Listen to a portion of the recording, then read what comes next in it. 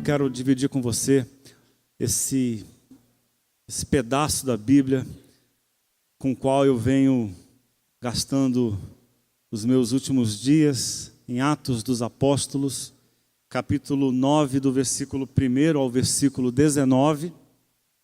É o episódio que narra a conversão, a chamada por nós, conversão de Paulo, porque Paulo até ali era o perseguidor temível dos cristãos, que os arrastava presos, que os conduzia inclusive ao apedrejamento. Lembram que de Estevão, que nós já passamos pela sua história, e ele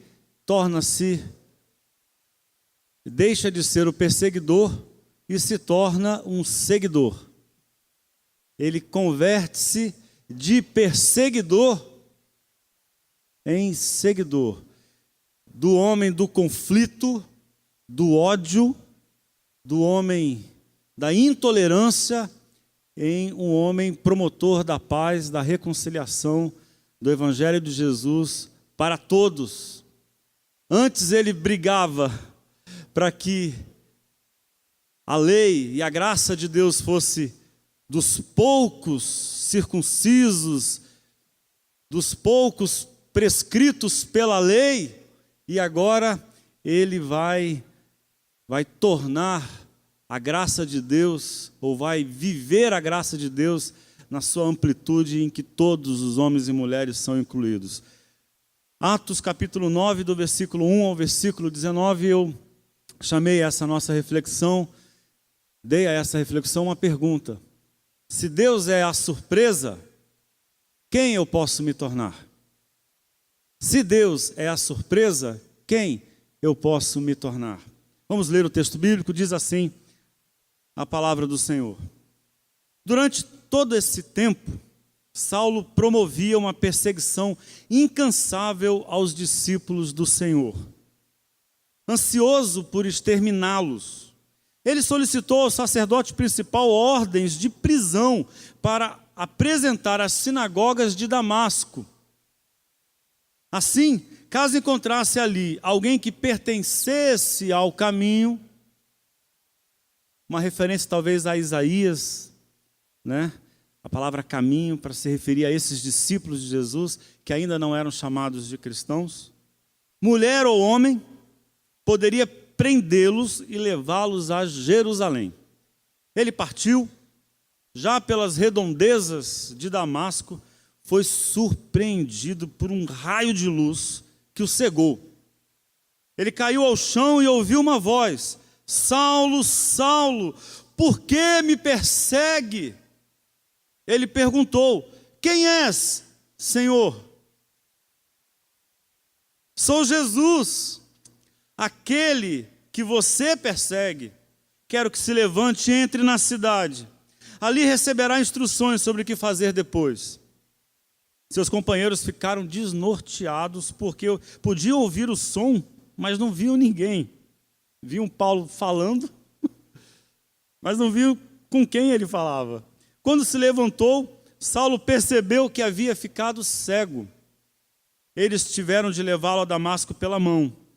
Ele continuou cego por 3 dias, e durante esse tempo não comeu, nem bebeu nada. Havia um discípulo em Damasco chamado Ananias, e o Senhor lhe disse numa visão: Ananias? Sim, Senhor, ele respondeu. Levante-se e vá à rua direita. Quando chegar à casa de Judas, pergunte por um homem de Tarso.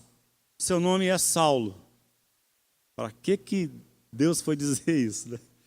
Ele está lá orando, acabou de ter um sonho em que viu um homem chamado Ananias entrar na casa e impor as mãos sobre ele para que ele pudesse enxergar outra vez. Ananias protestou: Senhor, não pode ser. Todos falam desse homem, das coisas terríveis que tem feito, do terror que causa contra o povo do Senhor em Jerusalém. E agora ele está aqui com documentos do sacerdote principal que o autorizam a fazer o mesmo conosco. Mas o Senhor disse: não discuta. Eu o escolhi como meu representante pessoal entre os judeus. outros povos e reis, e agora estou prestes a mostrar a ele o que o aguarda, o sofrimento que acompanhará a tarefa. Ananias obedeceu. Achou a casa, impôs as mãos sobre Saulo e disse: irmão Saulo, o Senhor me enviou, o mesmo Jesus que apareceu quando você vinha para cá. Ele me enviou para que você volte a enxergar e seja cheio do Espírito Santo. Mal o discípulo acabou de falar, algo semelhante a escamas caiu dos olhos de Saulo, e ele estava enxergando de novo. Saulo se levantou, foi batizado e depois participou de uma boa refeição. Amém. Olha Deus comigo, por favor. Senhor, nós reconhecemos na Tua palavra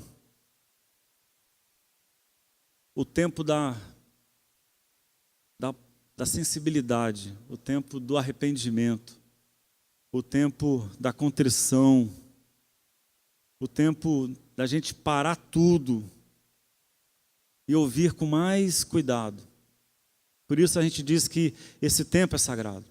Por isso a gente faz dele a nossa religião, o espaço da nossa fé, nesses domingos, nessas quartas, nesses momentos em que a gente medita na Tua palavra como quem tem sede, procura por água.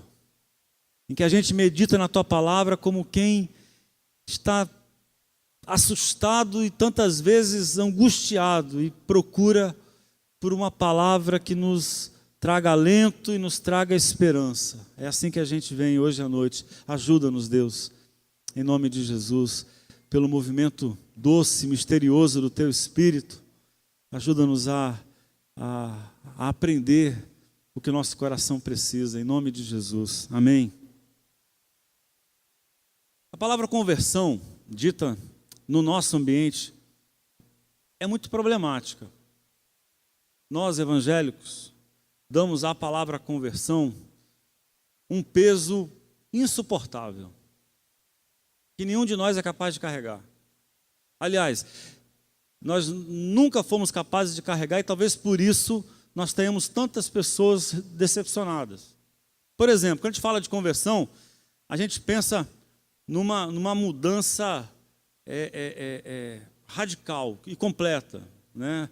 Uma mudança do tipo, era mal e agora é bom. Era sofrido e agora é paz.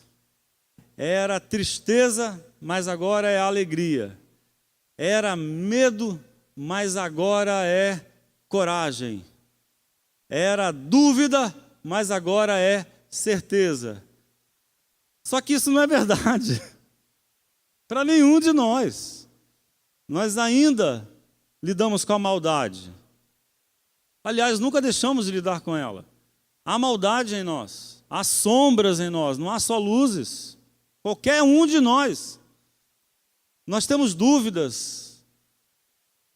Às vezes, superamos as dúvidas mais rápido, mas às vezes as dúvidas consomem anos da nossa vida de um coração atribulado. Aqui entre nós hoje, é provável que haja gente assim, que fala: pastor, eu não aguento mais as minhas dúvidas e as minhas questões. Eu digo: meu irmão, a graça do Senhor te basta, segura a onda aí, é isso mesmo, isso aí faz parte da nossa jornada. Então, se não é essa mudança radical, há um problema com a palavra. Outro problema com a palavra conversão é que ela que a torna tóxica, eu diria.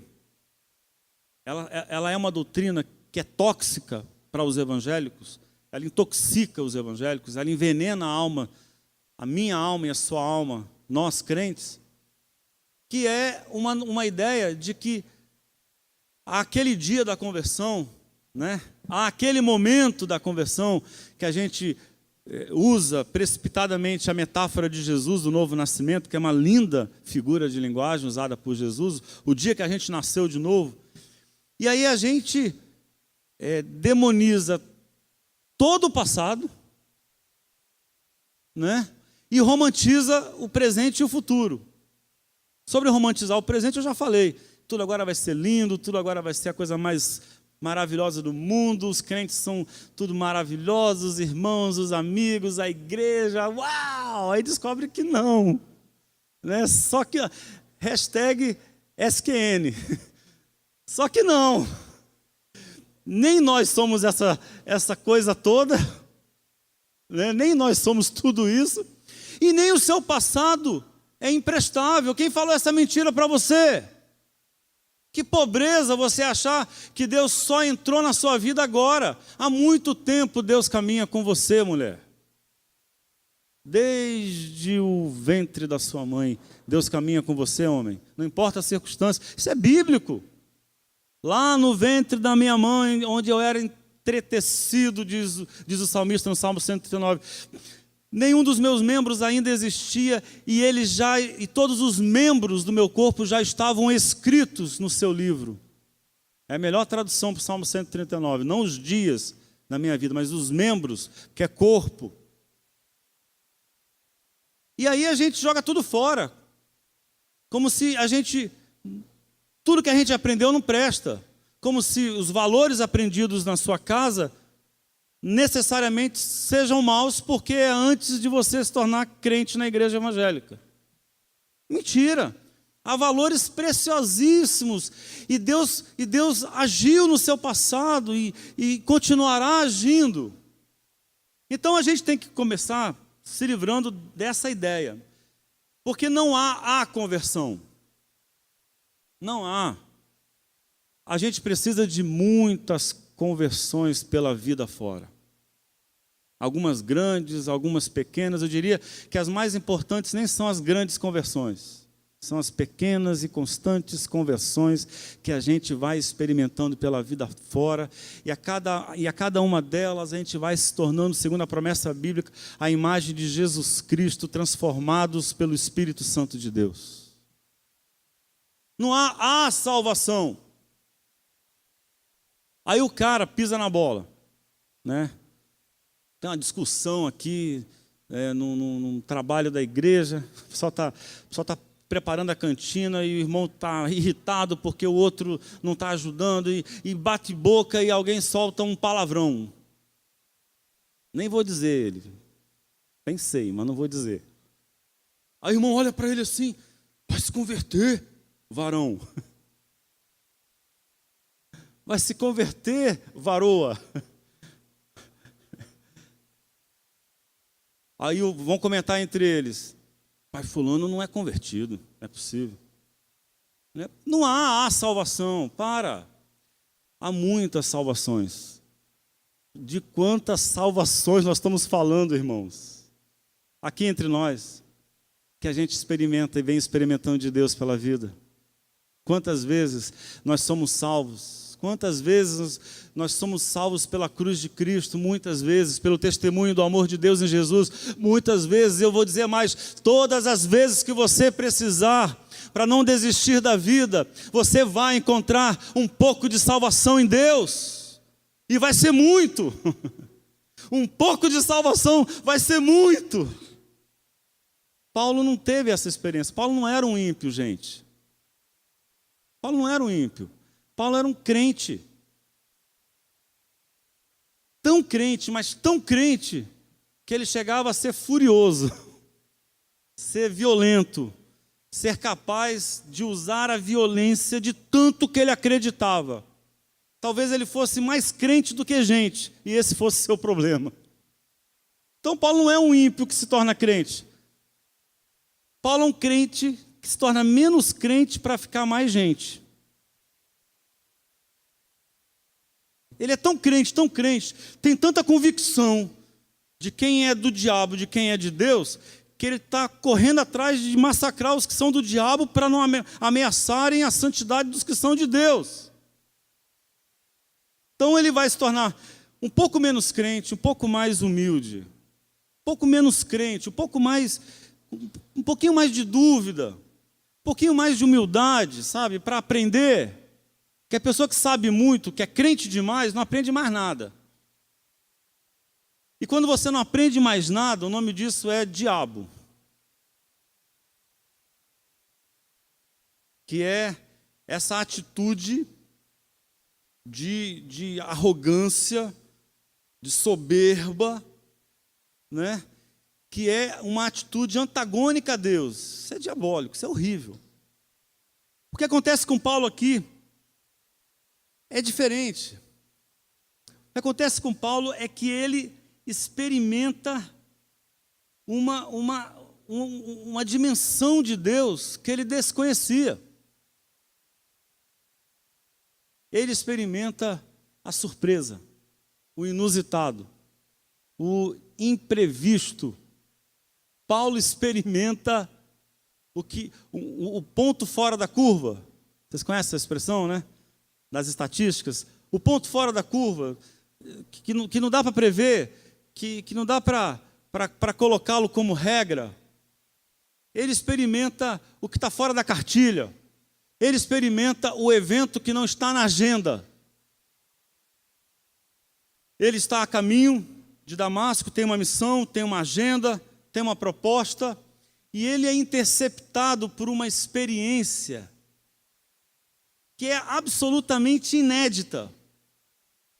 E o texto tenta descrever para a gente uma grande luz que o cegou, e ele cai no chão. O pessoal diz que ele caiu do cavalo, mas não tem cavalo nessa história, gente. É muito legal esse negócio que Paulo caiu do cavalo quando caminhava para Damasco. Legal, mas não tinha cavalo aqui. Provavelmente ele não estava montado em cavalo, ele caiu. Né? Te decepcionei porque não tem cavalo em Paulo aqui? Você contava com esse cavalo para suas memórias? Não tem cavalo, Paulo não caiu do cavalo. Paulo caiu diante daquela luz e ele fica cego. E a pergunta de Paulo, ela diz essa dimensão da surpresa.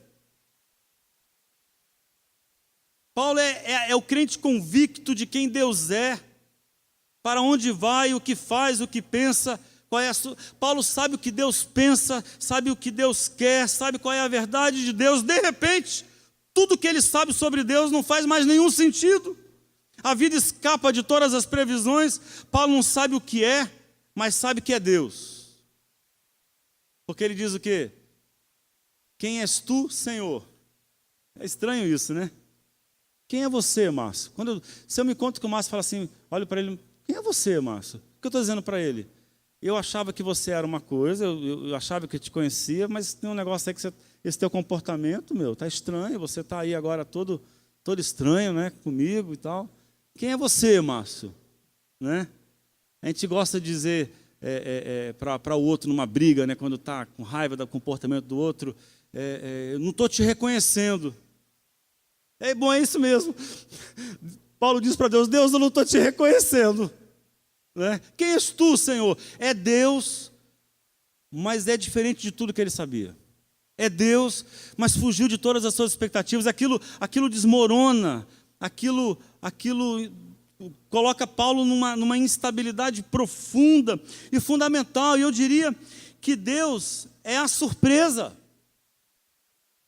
Porque é nessa dimensão que nós não conseguimos controlar.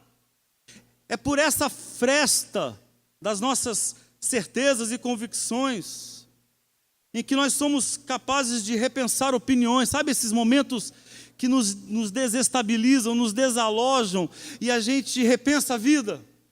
A gente percebe que tem que repensar os valores. Sabe esses momentos que a gente é desalojado, a gente acha que está no controle de tudo, que sabe tudo, que tudo está encaixado, que a vida segue o seu caminho, e de repente a gente é desalojado pelas circunstâncias, por uma crise de relacionamento, por um infortúnio, por uma crise pessoal, por uma dúvida. E é nesse espaço aí que a gente percebe que precisa rever as nossas ideias. É nesse espaço que a gente descobre a surpresa. Eu diria, essa surpresa é divina. Toda vez na sua jornada que você se der conta que precisa rever as suas ideias, eu ouso dizer para você essa noite que nada pode ser mais divino na sua vida. Nada pode ser mais divino do que a percepção de que você é carente, de que você é passivo de erro, de que você precisa rever, que você precisa aprender, que você precisa ouvir, que você precisa repensar. Nada pode mais Nada pode ser mais divino na jornada humana do que essa experiência de pura humildade, de profunda humildade. Deus é a surpresa, portanto. Quem é Deus?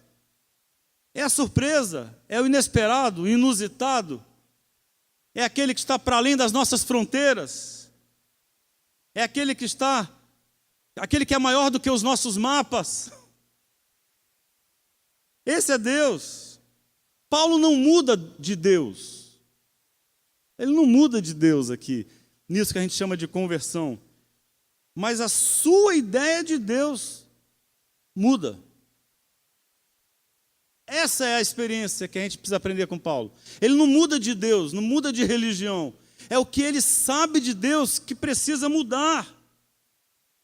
Quem és tu, Senhor? Tem esse sentido. Ele sabia que era Deus, mas já não sabia mais quem esse Deus era. Ele sabia que era Deus, mas quem esse Deus era, ele precisava aprender de novo. Essa é a experiência dele. A experiência com o inusitado. E é Paulo que nos ajuda a pensar Deus assim. Quer ver uma coisa? Romanos capítulo 11, do versículo 33 ao versículo 36, vocês podem acompanhar com a projeção. Olha o que diz o apóstolo Paulo ali. Vocês por acaso já viram algo que se compare à graça generosa de Deus ou à sua profunda sabedoria? É algo acima da nossa compreensão, que jamais entenderemos, diz o apóstolo aos Romanos. Há alguém que possa explicar Deus, diz Paulo. Alguém inteligente o bastante para lhe dizer o que fazer. Alguém que tenha feito a ele um grande favor, ou a quem Deus tenha pedido conselho. Tudo dele procede, tudo acontece por intermédio dele, tudo termina nele. Glória para sempre, louvor para sempre. Amém, amém e amém. Se Deus é a surpresa, quem Paulo pode se tornar? Quem Paulo se torna? Que mudança é essa que a gente pode perceber em Paulo? E aí eu repito a pergunta colocando para você, para mim. Se Deus é a surpresa, é o inesperado, se Deus é essa descoberta que eu faço no tempo em que nada parece fazer sentido para mim, quem eu posso me tornar? E aí eu quero fazer duas sugestões a respeito de Paulo. Primeiro, Paulo deixa de ser um religioso que sabe quem não é de Deus para crer em um Deus que se revela a qualquer um. Olha o que acontece com Paulo quando Deus deixa de ser o que está na lei e ele descobre que Deus é a surpresa, acima da lei, maior que a lei, antes da lei. Quando ele descobre que Deus não é o que está na cartilha, mas é a surpresa, a visita inesperada. E aí, nesse texto, nós temos dois movimentos que são atordoantes para qualquer crente, qualquer um de nós aqui hoje à noite. O primeiro é que Paulo descobre que aquele a quem ele persegue, aquele a quem ele aprendeu a ver como inimigo da santidade, porque essa é a preocupação do fariseu Paulo. Paulo não está perseguindo os cristãos com uma questão de concorrência. Paulo não tem isso. Um fariseu não tinha essa perspectiva. Não mesmo. E Paulo não parecia ter essa proposta. Ele não era um cara do poder. Ele não era um representante do poder. Ele era um homem da santidade. Muito crente. E ele, como fariseu, acreditava que se o povo de Israel queria recuperar, resgatar a condição de povo livre, tinha que cumprir a lei, tinha que agradar a Deus. Que se o povo agradasse a Deus e cumprisse a lei, as promessas lá de Êxodo se cumpririam. Então o horror de Paulo é com aquele que para ele é contra Deus, porque é contra a lei. É o horror de Paulo. E ele persegue a esse. E aí ele descobre que esse a quem ele persegue, que esse que ele tem certeza que é o seu problema, é na verdade Deus. Ele achava que era para repelir, e ele descobre que tem que acolher. Ele achava que era para ficar do lado de lá, e ele descobre que tem que ficar do lado de dentro do coração. Ele achava que era para ter repulsa, que o ódio a ele era santo. Gente, é curioso como que o ódio no ambiente religioso pode parecer piedoso.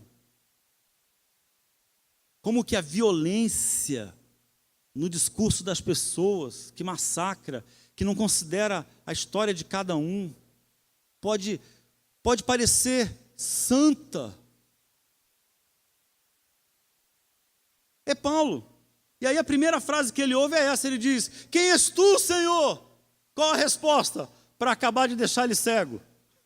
Se ele estava pouco cego, agora ele ficou completamente cego. Eu sou Jesus a quem você persegue. Ele sabe que é Deus e descobre que é Jesus a quem ele persegue. Que esse Deus que ele já não sabe mais direito quem é Jesus a quem ele persegue.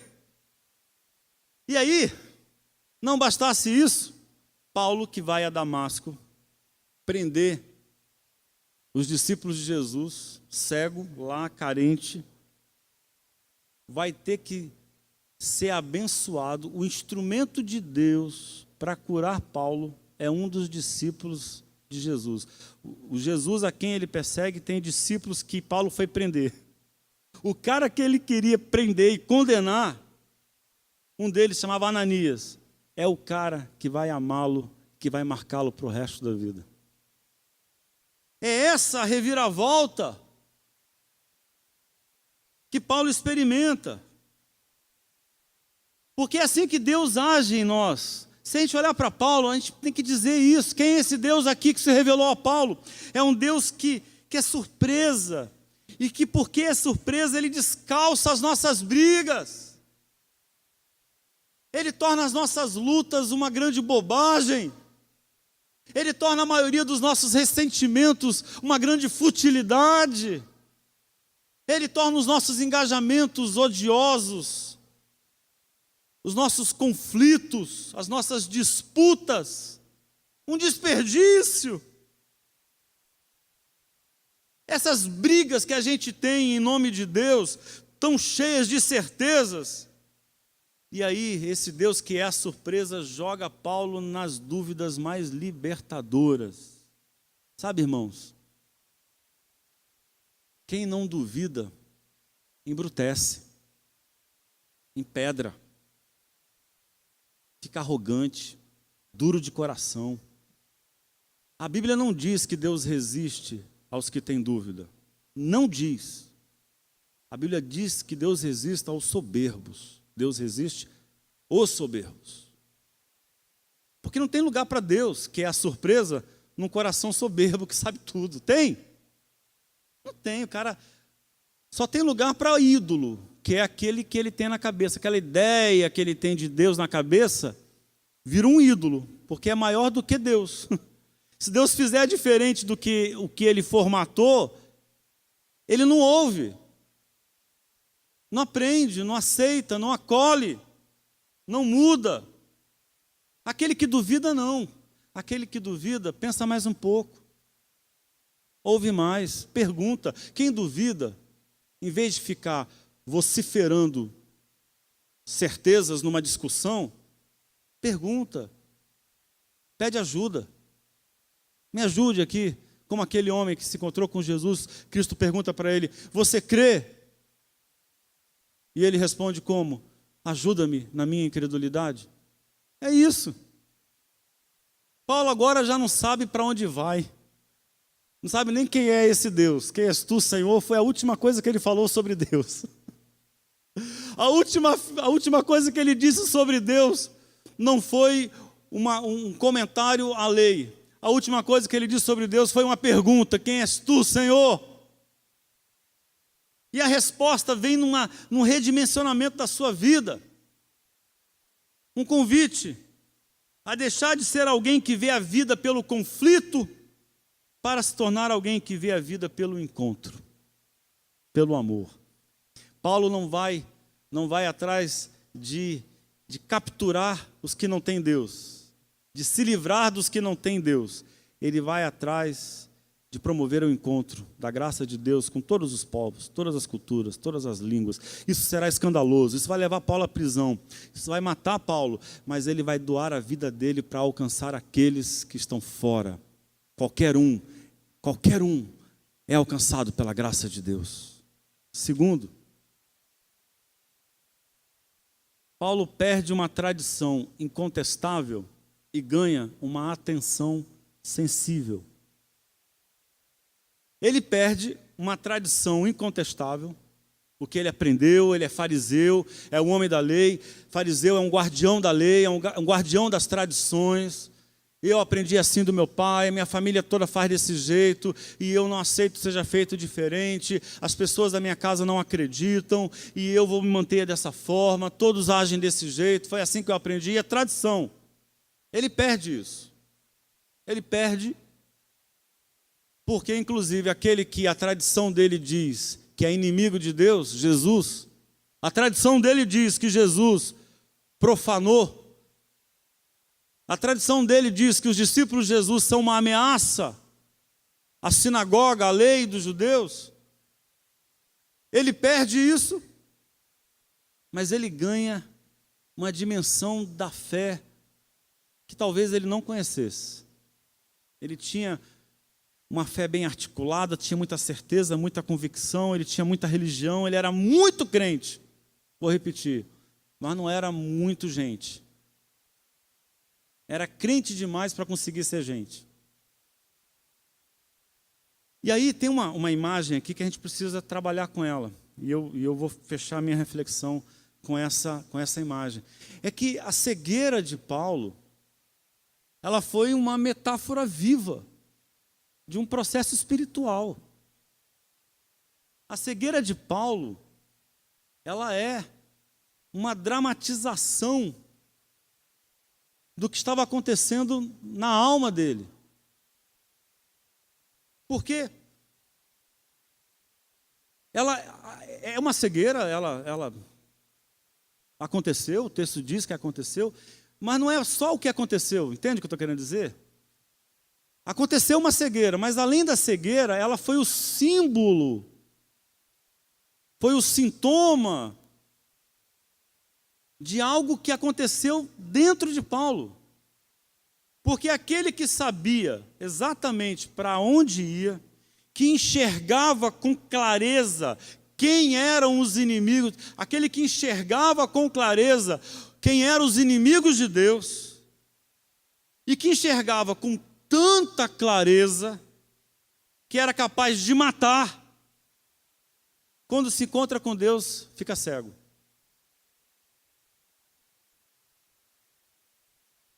Ele fica cego. Ele fica cego porque a maneira dele de ver tem que se tornar outra. Tem uma metáfora aqui, que quando ele é curado da cegueira, né, ele é devolvido a um novo caminho, uma nova agenda, um novo propósito de vida. Ele tem que deixar de ver de um modo para ver de outro. E nesses 3 dias, eu quero chamar a atenção de vocês para que a linguagem bíblica, gente, não é como a do jornalismo dos nossos dias. Ela é muito poética e ela brinca sempre com essas terminologias. Os números da Bíblia não podem ser levados ao pé da letra. Eles são todos muito simbólicos. O número 3 é sempre um número de plenitude, de um processo inteiro. Foram 3 dias entre a morte e a ressurreição de Jesus. Foram 3 dias de cegueira em Paulo para ter uma nova visão da vida. Nada do que ele via continua a enxergar depois de ver Jesus no caminho. O que ele via, ele não vai ver mais. Vai mudar. Mas tem uma outra dimensão aqui que eu acho importante, e é com ela que eu quero chegar perto do teu coração hoje, em nome de Jesus. A gente sabe por depoimentos, e nós temos aqui irmãos queridos nossos, que não têm a a escuta, que quando uma pessoa perde um sentido, um dos sentidos, ela, por necessidade de sobrevivência, desenvolve mais os outros sentidos. Perde a escuta, mas tem uma capacidade de ver e de ler as faces que ninguém tem. Os nossos surdos são assim, eu tive um tempo de conviver com eles, né? E eu não falo a língua deles, mas aqui e ali a gente se entende. Porque eu me dei conta que eles leem a minha face. E leem, eu diria que mais do que qualquer psicólogo. O que está na cara? O medo, né? A dúvida, né? O jeito de falar. E eles são bem mais expressivos do que nós, né? Eles falam com uma certa dança, com uma dramatização. Eles têm essa dimensão, né? E os cegos, a gente sabe que a escuta de um cego compensa a perda da visão. Ele precisa ter uma sensibilidade auditiva maior do que os demais. E fala-se de cegos que conhecem as pessoas pelo ouvido. Eu já ouvi muitas histórias, pela maneira de andar, pela respiração, né? Tem uma capacidade de reconhecer o timbre da voz e de entender, né? E aí toca o tato, né? Toca assim. Eu já ouvi falar, né? E a gente tem 1000 histórias, você deve ter tantas histórias ou mais do que eu. A pessoa, para conversar, precisa colocar de vez em quando a mão no rosto, né? Para sentir mais o que está sendo dito, para sentir mais o que o outro quer dizer ali, quer falar, ou quem é aquela pessoa que está diante dele. Porque a visão, vocês sabem, inclusive, né? Inclusive a visão, ela é o nosso principal órgão de equilíbrio. O primeiro órgão mais importante pelo nosso equilíbrio é a visão. Se você fecha os olhos, já há uma grande estabilidade, concorda comigo? Né? E se você tem labirintite, que nem eu, e fecha o olho, quando eu vou orar aqui no púlpito, para prestar atenção, eu seguro aqui, ó, para fechar o olho. Porque aqui e ali o mundo roda. Quando eu estou numa crise de labirintite, porque o labirinto é o ouvido interno, médio, né? E é o segundo órgão mais importante do nosso equilíbrio. Por isso que uma pessoa que tem labirintite fica irritadiça e fica mal, às vezes enjoada no ambiente com muitas luzes, porque ela precisa muito da visão. Então, se a visão está atrapalhada por muita luz, por muito movimento, ela sofre. Não é? A gente precisa da visão. A visão ela é um órgão de controle, de domínio. E aí o Paulo, que está cego repentinamente, numa casa, ele está num processo, eu diria, também de convite a apurar os sentidos, a apurar o coração, a apurar os afetos, a pensar um pouco mais do modo como ele vinha pensando, a repensar as conclusões que ele tirou das pessoas à sua volta. Como a gente é rápido em sentenciar as pessoas à nossa volta, como a gente é ligeiro em condenar, em dar sentenças finais sobre alguém com quem a gente teve alguma diferença. A cegueira de Paulo, ela é esse chamado divino também para apurar os sentidos. Talvez Paulo cego fosse Deus dizendo para ele: presta mais atenção. Você está muito precipitado. Sua arrogância te tornou uma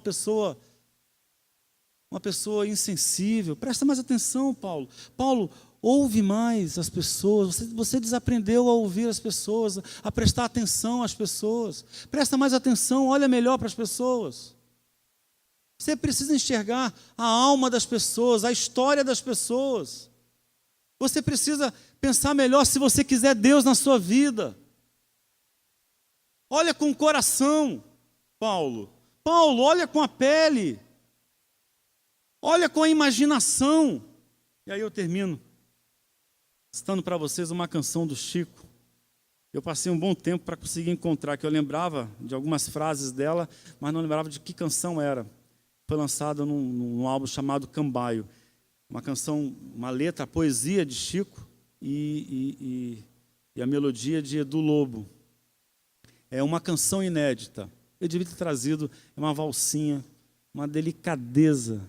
A valsa, inclusive, tem o jeito da poesia, que é um convite que o amante faz para a pessoa amada, para colocar aquela música dentro do coração, para ouvir aquela canção mais profundamente. Olha o que diz: dentro do seu coração, guarde esta canção inédita, que num cantinho intocado será para sempre inédita.